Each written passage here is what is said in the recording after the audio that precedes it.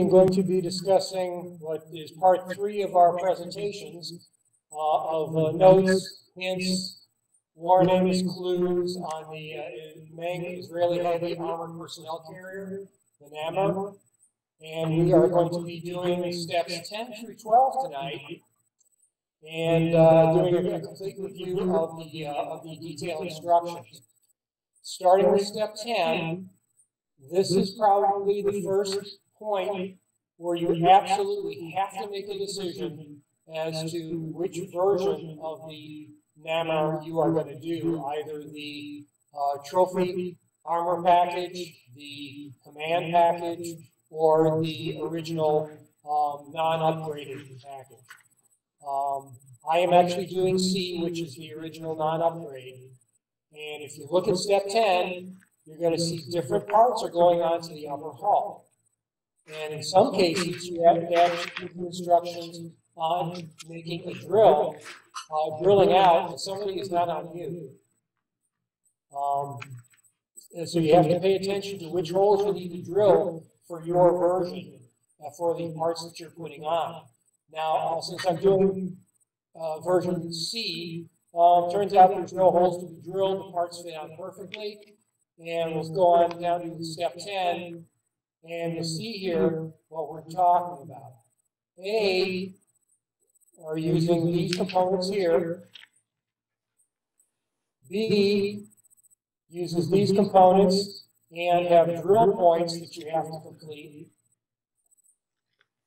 And C is straight up just putting these parts on. It's pretty simple. The parts are just fall right into place. So there's no issues with that. Moving on to step 11, just being sure to align certain components, some of the smaller parts. You want to make sure you have them aligned properly, parts C27, F58, F59 in the proper direction, because it's possible to put those on backwards and it would look right.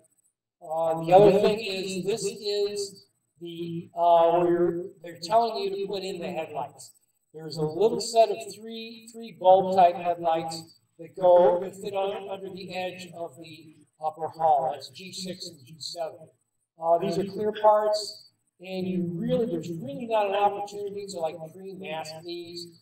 I would wait until right before you're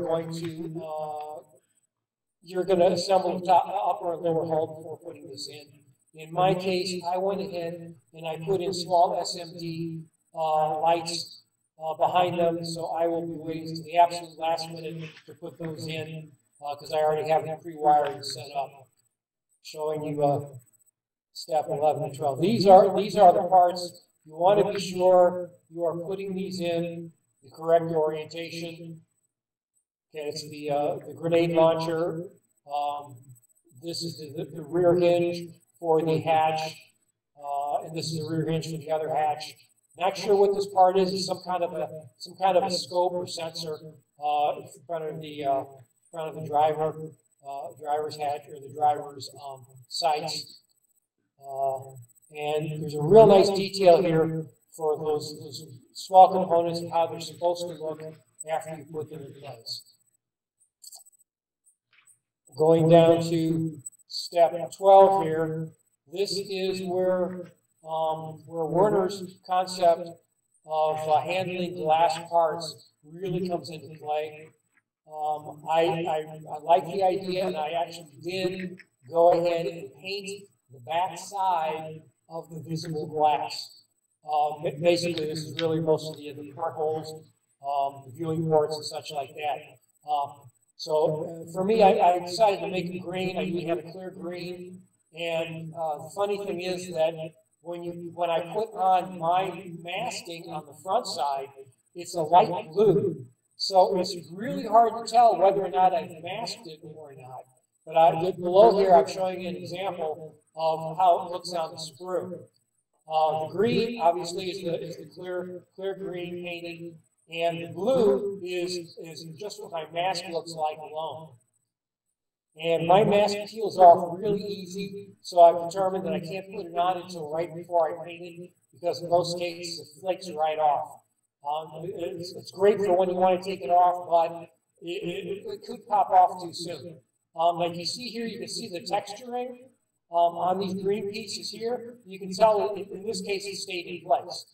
So the only other thing to note is that, yes, there's a back side and there's a front side in each of these pieces, but they're not all facing the same direction.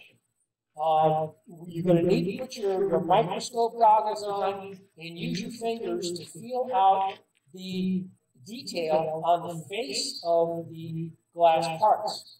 Obviously, the flat side is the back side, and that's the part you want to paint, and the detail will be sticking out forward.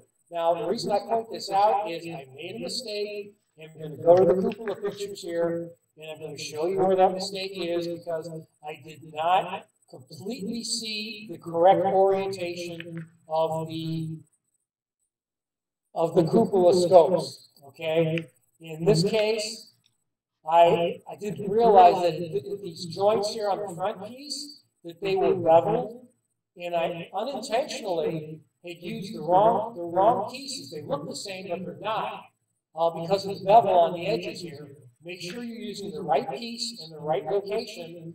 I ended up having to do a little bit of sanding and filing to get the corners properly aligned here for the front glass of that cupola. The ones here under the main gun, these are really nice. And again, they're all very accessible. If you want to go ahead at the last minute and put in your dabs of masking. So even after you put this together, it's really easy to have access to putting your dabs of masking, and it'll peel off easy enough. I believe that is all of the notations I have. Glass, the cupola is completed. The other point I would like to make is, before even putting the glass pieces in, I went ahead and completely assembled these other structures. Make sure I assembled them, I primed them, and I gave them a base coat before I even put in the painted glass. For me, that was easier. Now all I have to do is put on the mask and then paint the primary color over it, and it should be fine. Went through these instructions, 10, 11, and 12.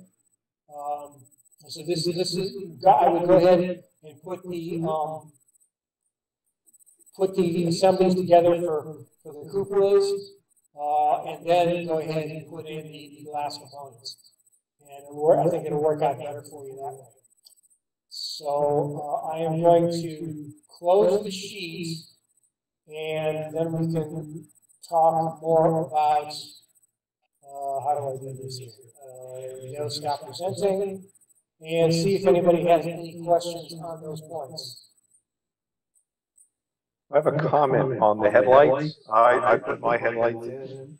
They are an absolute bitch to get in. Okay, Don pointed this out the other day, and since I haven't actually tried to put them in, what I'm going to do now, and thank you for confirming that, because I'm going to go in there with a little, what do you call it? A little yeah, I had to ream them. And I'm going to ream them out just a little bit, so because I actually I've got to make sure that with the tweezers I can plop them straight in. So I'm going to make sure I ream them out a little bit so it's an easy fit.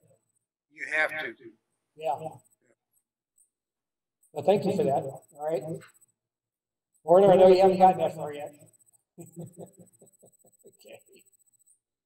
All right. So let's see. Warner, you're doing the command version. Don is doing the trophy version. Mike is doing C, and I am doing C.